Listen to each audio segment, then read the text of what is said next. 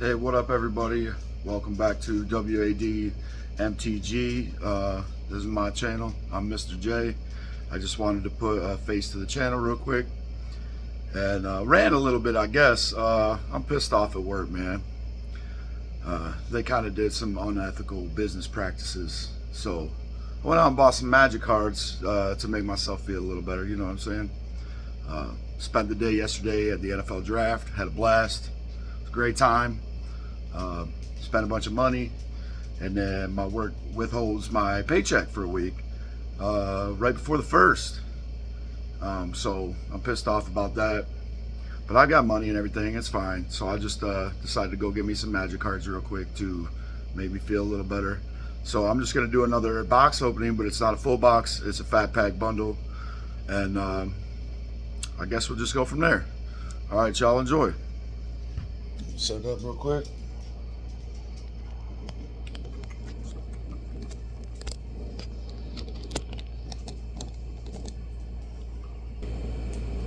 There we go. That's kind of my setup for the day. So let's see what I get. Singles. I bought a couple singles today. Watch out, dog. I bought Kira the Gray Glass Spinner and the Esoteric Duplicator. For the Mindslaver lock in Eugen's Nexus, Infinite Eugen's Nexus. A few other things too, but that's going in my Urza deck. But let's see how we do. We're looking for Mind Break Trap. We're looking for Sword of Wealth and Power. We're looking for that other blue artifact card, the Simulacrum. I forget what the whole name of the card is. And a few other things, you know, whatever other good hits we can get. But other than that, most of the set, I got most of what I wanted from the set off my first box in singles. So we'll just see how we do. Lands, I like them lands. What's in the promo? Oh, Key to the Vault. I actually need that card. So that's a good hit. Key to the Vault, it's promo. I was gonna put Key to the Vault in Animar Eldrazi. That's where Key to the Vault's going. Sooner or later, I'm gonna get to the series going over my personal decks. I'm gonna call that, since it's W.A.D. MTG, I'm gonna call that Wild Ass Decks. So look forward to those videos in the future. But as for right now, we got 9 play boosters. 1, 2, 3, 4, 5, 6, 7, 8, 9. Used to be 10 coming to Fatpack, but 9 play boosters and some lands and a promo. That's worth $45. So let's see how we do.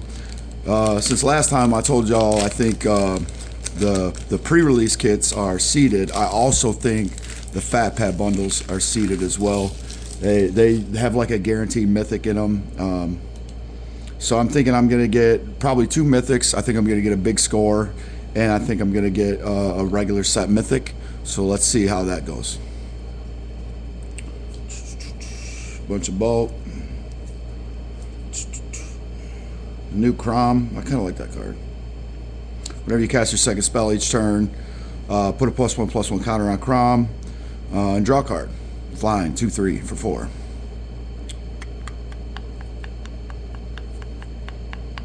And he joins up. Already had that card. Terminal Agony. Foil. Land. Garbage card. Bulk. So we got our piles, non-basic foils, rares, lands, bulks, and like set list cards. So some prosperity cards or whatever they call them. Breaking news sheet, I think that's what they call them. The set is a banger set. Having 3 lists in one set is sweet. I really like it.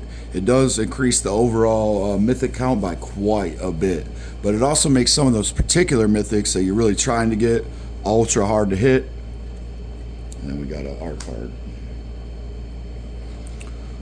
So it's kind of a give and take there. Full land, prosperity, surgical extraction,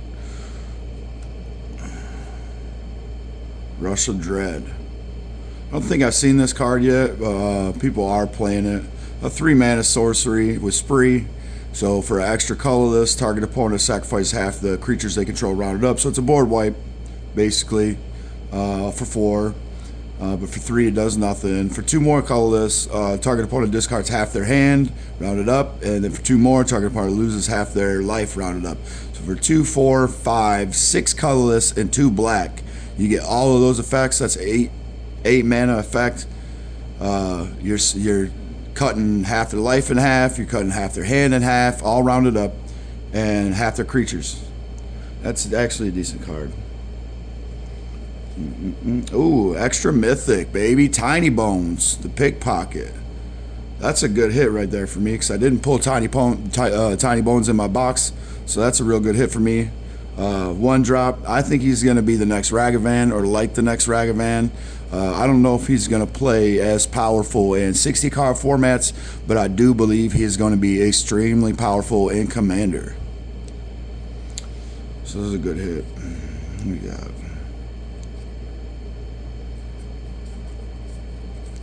Bunch Ball. Good pack though. Good pack. Surgical Extraction and Tiny Bones.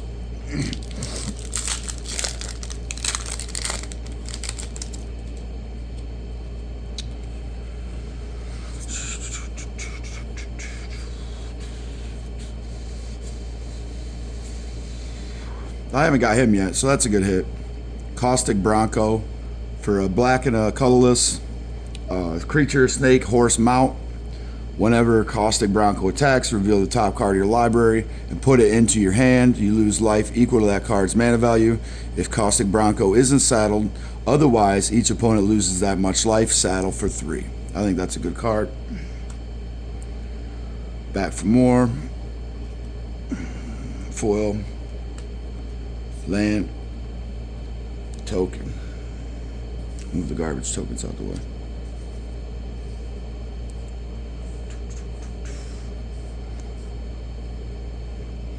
Man, I'm so happy I picked up that Esoteric Duplicator.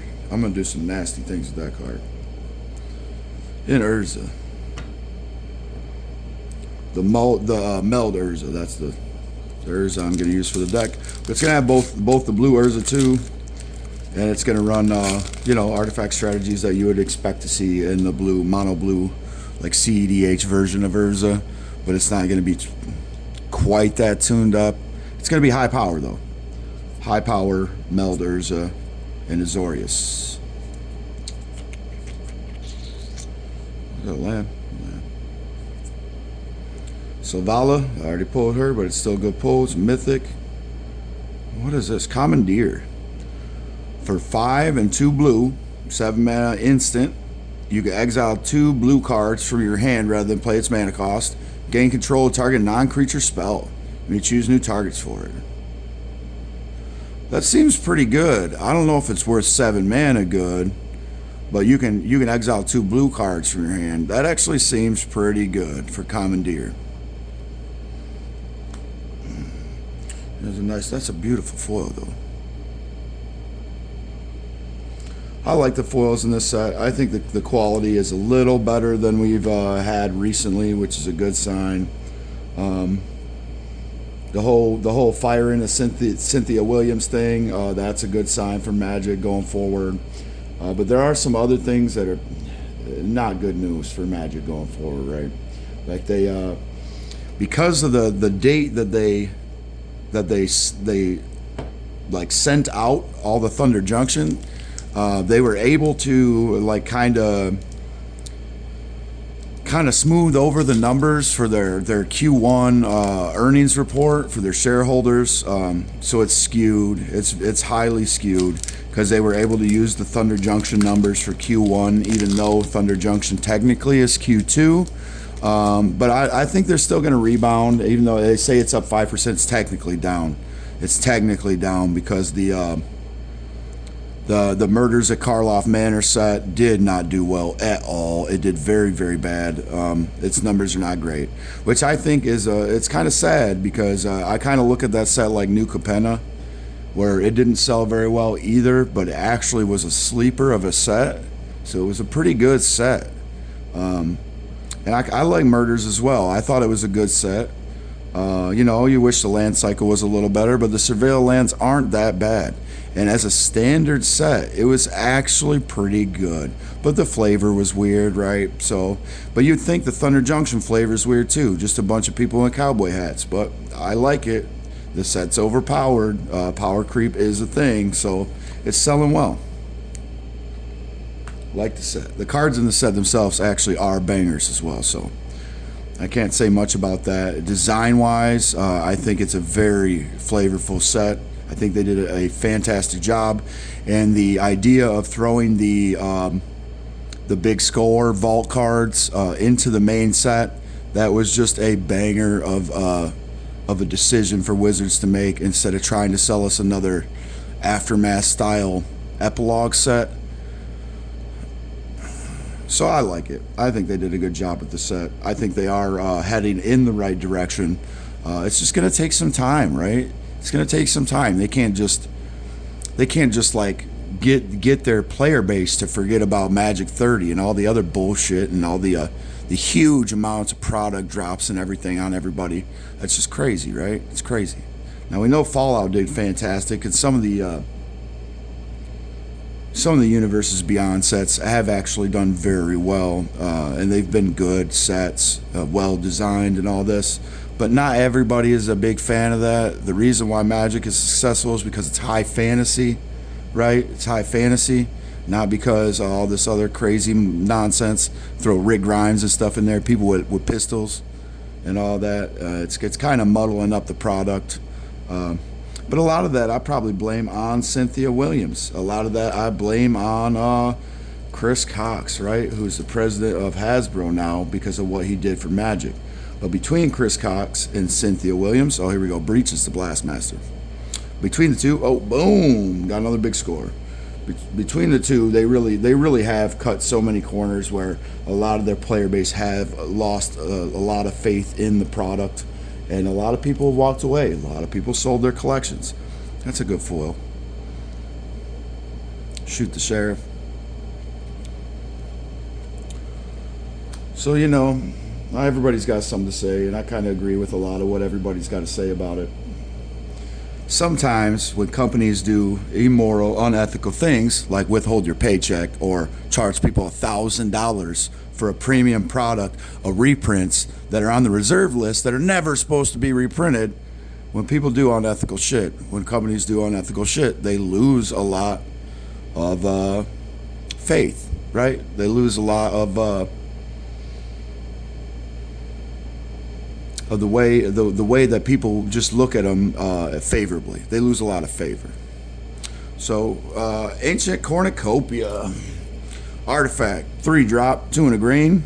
Whenever you cast a spell that's one or more colors, you gain 1 life for each of the spell's colors. Do this only once each turn, and then you can tap it, add a mana of any color. So it's a 3-mana rock artifact in green. Gives you a little bit of ramp and gives you some life gain. I don't see why that's a mythic. I feel like that.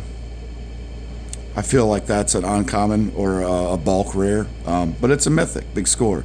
So, not a bad hit. It's probably worth a couple bucks just because of it's going to be hard to get, right?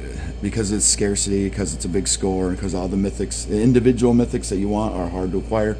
Like this one, the Esoteric Duplicator is only a $5 card as well. But with the Duplicator, I actually really need that. It's got like a ton of actual purposes for me. And the Simulacrum, I don't think it's near as useful as the Duplicator, but the Simulacrum is like a $50 card. So for whatever reason, I think people are probably using it in standard, like a standard artifact build, maybe. I'm not sure why it's demanding such a high price. Mercenary token. But I regress back to the packs because I kind of talked too much, huh? The Drake.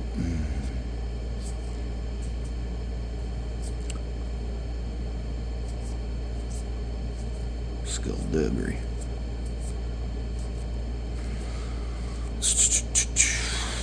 Another Stingerback Terror. Already pulled one of those. It's probably not that bad. I kind of like the card. Essence Capture. Deadeye Duelist. Foil.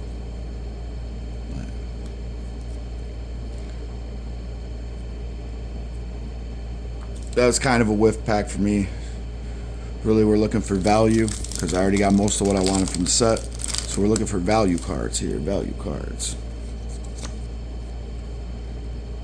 It's a cool token. I like the bat token.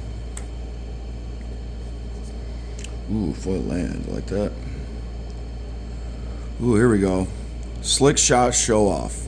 For 1 in red, creature, bird, wizard, flying haste. Whenever you cast a non-creature spell, Slick Shot Show Off gets +2/+0 until end of turn, and it has plop. I actually like that one. I'm a fan of that one. Anguished Unmaking. There we go. That is a good hit for me because I needed another copy of that card. For 1, a white and a black, it's an instant. Exile target non-land permanent. You lose 3 life. Commander staple. And another High Noon. And some more bulk.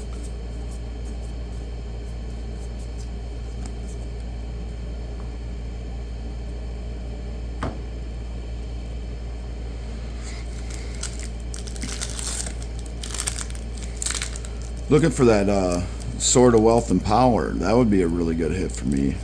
Because I do have a Sword of deck. It'd slot right into that deck. It's cool art.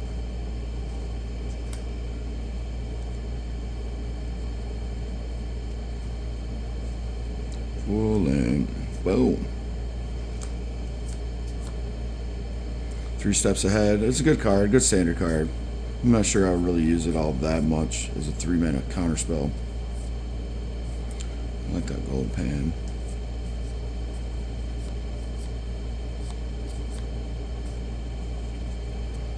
Tiny Bones, though. That was a good hit.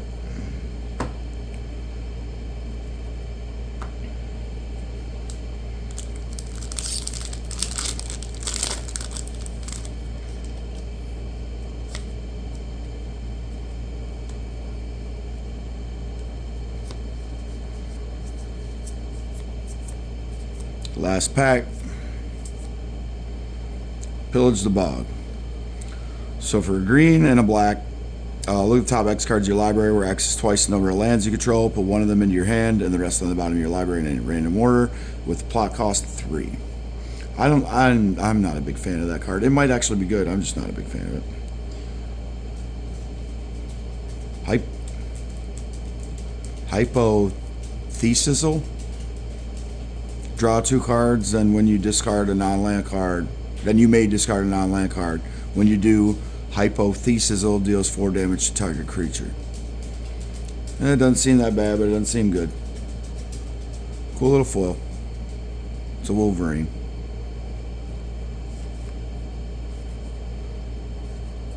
And then some more bulk. So that's about it for me, ladies and gentlemen. I'm going to go over my pulls real quick just to see. So there's a good score, or what's it called? Breaking news sheet pull. Did get a big score. There's another mythic and another mythic. So overall, it was about as I suggested. Is we got a big score mythic. We got actually 2 other mythics that are regular set mythics, and we got a mythic from the big score sheet as well, or the breaking news sheet as well, in Anguished Unmaking, which is an upshift because I believe that's a rare card. So it's about as I suggested. I do still feel like the Fatpack bundles are seeded. You get better pulls in them. So if you're just trying to get it left, $50 worth of packs, $40, $50 worth of packs, it's probably better to just grab a Fatpack bundle than it is to just grab a handful of packs. But that's it for me. See y'all next time on W.A.D. MTG.